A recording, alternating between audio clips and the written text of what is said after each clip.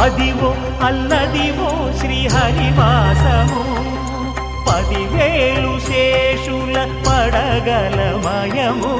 అదివో అల్లదివో శ్రీహరివాసము. అదివో అల్లదివో శ్రీహరివాసము. 10,000 శేషుల పడగలమయము.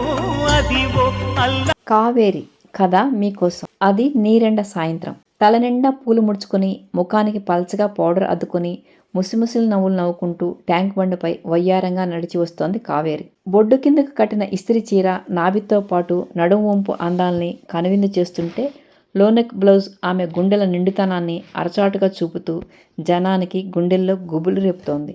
కొందరు ఆబుగా ఆకలిగా చూస్తుంటే, మరికొందరు దొంగచూపులు చూస్తూ చొంగకార్చడం గమ్మత్తుగా ఉంది. పక్కన భార్యాబిడ్డలు ఉన్నవారు కూడా ఓర్గా తనను గమనించడం చూసి ఆమె గర్వపడుతోంది. అలాంటి ఆమెకు, మదనుడి చాపంలో ఒళ్ళు విరుచుకుని నడుస్తున్న ఆమెకు ఆ దృశ్యం ఆశ్చర్యం కలిగించింది. ఎవరతను? నిన్న కూడా అంతే. శ్రీశ్రీ విగ్రహం దిమ్ముకు ఆ వైపున ఆనుకుని పుస్తకం చదువుకుంటున్నాడు. తలెత్తేనా చూడటం లేదు. తనకన్నా పుస్తకంలోని అక్షరాలే బాగుంటాయా? ఆమె అహం దెబ్బతింది. చక్కని ముఖ వచ్చస్సు, బంగారు మేనిఛాయ, అందమైన జుట్టు, కోటేరు ముక్కు, ఒంటికి అతుక్కున్నట్లున్న డ్రస్సు. అందగాడే, లేత బెండకాయలా నవలవలాడుతున్నాడు. కానీ కనీసం పరిసరాల్ని పట్టించుకోవడం. ఇంకా పసివయసు పాపాయేనా? తన ఉనికి తెలియజేస్తూ పొడిదగ్గు దగ్గిందామె. తలెత్తి చూశాడతను. ఓ క్షణం పాటు పైనుంచి కింద వరకు చూసి మళ్లీ పుస్తకంలో తలదూర్చాడు. తన అందాన్ని ఖాతరు చేయకపోవటంతో ఆమెలో పట్టుదల పెరిగింది. తను అక్కడే కూర్చుని వచ్చే పోయేవారిని కవ్విస్తోంది. మధ్య మధ్య అతనిపై ఓ చూపు విసురుతోంది. అంతలో 3 అమ్మాయిలు అక్కడికి వచ్చారు. ఏమే, మాకంటే ముందే వచ్చావు, సరుకు దొరికిందా? కోడ్ భాషలో మాట్లాడుకుంటున్నారు వాళ్ళు. హుష్, అతను చూడండి, నూగు మీసాలతో మహేష్ బాబులా హ్యాండ్సమ్గా ఉన్నాడు కదూ. వారికి అతను చూపుతూ చెవిలో గుసగుసలాడిందామె. పుస్తకాలే తప్ప అమ్మాయిల గురించి తెలియనట్లుందే అంది ఒక ఆమె. పక్కున నవ్వారంతా. ఇక్కడెందుకు టైం వేస్టు, పదండల్లా నక్లెస్ రోడ్డుకు పోదాం అంది మరొక ఆమె విసుగ్గా. మీరు పదండే, నేను కాసేపాగా వస్తా అంటూ వారిని పంపేసిందామె. తర్వాత తను అతనికి అల్లంత దూరంలో కూర్చుని గమనిస్తోంది. అరగంట గడిచింది. పరిసరాల్ని పట్టించుకోకుండా చీకటి పడ్డ లైటు వెలుగులో చదువుతూనే ఉన్నాడు అతను. బాబు, టైం ఎంత? మాటలు కలపాలని ప్రయత్నంతో అడిగింది. తలెత్తకుండానే ఓసారి వాచి చూసి 7:30 అంటూ మళ్ళీ పుస్తకంలో మునిగిపోయాడు అతను. మీరు రోజు ఇక్కడికి వస్తారా? అంటూ ఓసారి తలెత్తి ఆమె వైపు చూశాడు అతను. నా పేరు కావేరి అందామె. మీ పేరేమిటి అన్నట్లు. నవనీత్, కంప్యూటర్ ఇంజనీరింగ్ చదువుతున్నా అన్నాడు అతను మర్యాదగా. ఈలోపు సిస్ అనే శబ్దం వైపు చూసింది ఆమె. 10 అడుగుల దూరంలో నిల్చున్న ఓ వ్యక్తి సైగ చేసి పిలుస్తున్నాడు ఆమెని. ఇద్దరూ 2 నిమిషాలు మాట్లాడుకున్నాక అతని బైక్పై వెళ్ళిపోయింది ఆమె. అతను అప్రతిభుడిగా ఆమె వెళ్ళిన దిక్కే చూస్తుండిపోయాడు. మర్నాడు సాయంత్రం అదే ప్లేస్లో కూర్చుని పుస్తకం చదువుకుంటున్న అతను బాబు అన్న పిలుపుతో తలెత్తి చూశాడు. ఎదురుగుండా ఆమె. మళ్ళీ తలదించుకుని పుస్తకంలోకి చూడటం మొదలుపెట్టాడు. నిన్న చెప్పకుండా వెళ్ళిపోయానని కోపమా? నాకెందుకు కోపం? అసలు నువ్వెవరు, నేనెవరు? నిన్నటి మార్దవం అతని స్వరంలో లేకపోవడం గమనించింది ఆమె. అందుకే నేను కావేరి, మీరు నవనీత్ అంటూ పక్కపక్క నవ్వింది. అతను నవ్వాడు. నవనీత్, మీది హైదరాబాదేనా? అవును. మీది కాదా? కాదు, రాజమండ్రి. అతనేం మాట్లాడపోవటం చూసి, హీరోయిన్ అవ్వాలని ఆశపడి ఇంట్లో చెప్పకుండా వచ్చా. ఆ తర్వాత బ్రతుకు తెరుకు మరో దారి లేక ఈ పని చేపట్టా.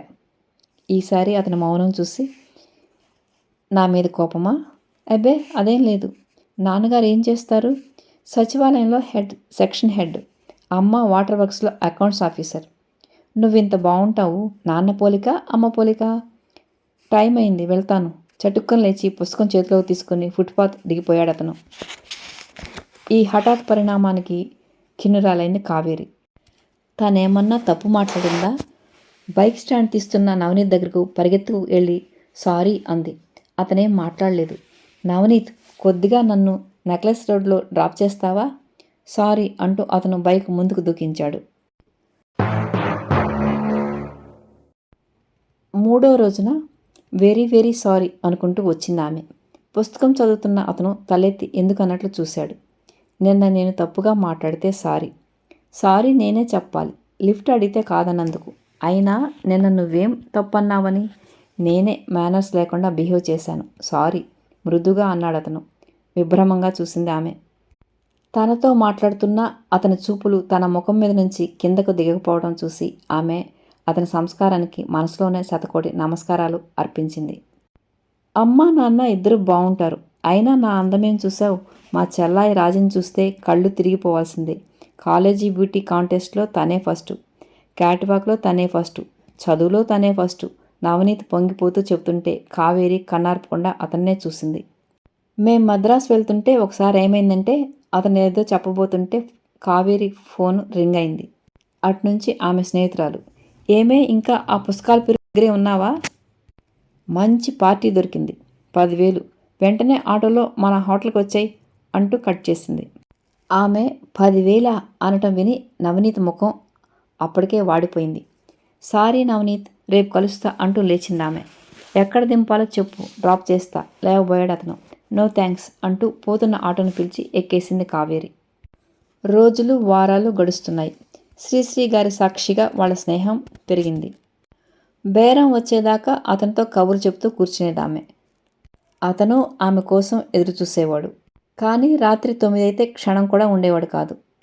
9 కుటుంబ సభ్యులంతా ఇంటికి చేరాలనేది వాళ్ళ నాన్నగారి రూలట. తాను అమెరికా వెళ్ళాలనుకుంటున్నట్టు చెప్పాడు అతను. చెల్లాయికి అమెరికాలో ఉన్న తన మేనమామ కొడుకుతో నిశ్చితార్థం జరిగిందని కూడా చెప్పాడు. అంత చక్కని కుటుంబంలో ఓ మంచి వ్యక్తితో స్నేహం దొరకడం ఆమెకి ఆనందాన్నిస్తుంది. అతనిపై వాత్సల్యం పెరిగింది. కానీ నచ్చనిది ఒక్కటే, అతని చూపుల్లో ఇటీవల వస్తున్న మార్పు. గతంలోలా అతని చూపులు అమాయకంగా లేవు. వాటిలో ఆకలి ఛాయలు. మాట్లాడినంతసేపు కళ్ళతోనే ఒళ్ళంతా తడిమేయటం, పొరపాటున తగిలినట్లుగా తాకడానికి ప్రయత్నించటం. ఓ రోజు, కావేరి ఏంటి, ఇదిగో తీసుకో అంటూ జేబులోంచి నోట్లకట్టలు తీసి ఆమె చేతిలో పెట్టాడు. ఆశ్చర్యంగా చూస్తుంటే 10,000 ఇవాళ నువ్వు నాకు కావాలి అన్నాడు. ఆ అంటూ ఆమె చేతిలో డబ్బు జారిపోయింది. ఎప్పటినుంచో అడగాలనుకుంటున్నాను, డబ్బు రెడీ అయ్యాక అడిగితే బాగుంటుందని ఆర్యోక్తిలో ఆగిపోయాడు అతను. వద్దు, నో తల అడ్డంగా ఆడిస్తూ డబ్బు అతనికి ఇచ్చేసింది. అంతలో ఓ కస్టమర్ రావడంతో వస్తా అంటూ పిలుస్తున్నా వినిపించుకోకుండా అతనితో పాటు వెళ్ళిపోయింది. ఇవాళ తాడో పేడో తేల్చుకోవాలి నిర్ణయించుకున్నాడు నవనీత్. రాగానే నిలదీశాడు. కావేరి, నేనంటే నీకు ఇష్టమా కాదా? అదే మాట, చచ్చేంత ఇష్టం. అందుకేనా అందరికీ స్వర్గాన్ని అందిస్తూ నా దగ్గరికి వచ్చేసరికి నోట్లో మట్టి కొడుతున్నావు? నా డబ్బు చేదా, లేక నేనే నీకు తగనా? అతని కళ్ళల్లో ఎర్రటి కామజ్వాల. మాట్లాడవేం రెట్టించాడు అతను. 10 చాలకుంటే 15 తీసుకో, మీకందరికీ డబ్బే కదా ముఖ్యం. అతని కంఠంలో ఎత్తుపొడుపు. బాధగా చూసింది ఆమె. నవనీత్, నిన్ను కాదనటం నాకు మాత్రం ఇష్టమా? నీకోసమే వద్దంటున్నా. ఆమె గొంతు మెల్లగా పెగుల్చుకొని చెప్పింది. అతను ఆశ్చర్యంగా చూశాడు. అవును, నేను HIV పాజిటివ్ పేషెంట్ని. పక్కలో బాంబు పడ్డంతగా ఉలిక్కిపడ్డాడు అతను. ఆమె వెంక అలాగే చూస్తుండిపోయాడు. అతను అలా చూస్తుండగానే ఎవరో కస్టమర్ రావటం, అతని స్కూటర్ ఎక్కి టాటా చెబుతూ ఆమె వెళ్ళిపోవడం క్షణాల్లో జరిగిపోయింది. పర్వాలేదు, తాను ఆడిన అబద్ధం ఒక మంచి కుర్రాన్ని రొచ్చులో పడకుండా కాపాడిందని అనుకున్నాక ఆమె మనసు తేలికపడింది. పేదాలపై సన్నని చిరునవ్వు తొణికిసలాడింది. అదివో అల్లదివో శ్రీహరివాసము. మరిన్ని వీడియోల కోసం మా ఛానల్ని లైక్ చేయండి, కామెంట్ చేయండి, షేర్ చేయండి, సబ్స్క్రైబ్ చేయండి. Thank you.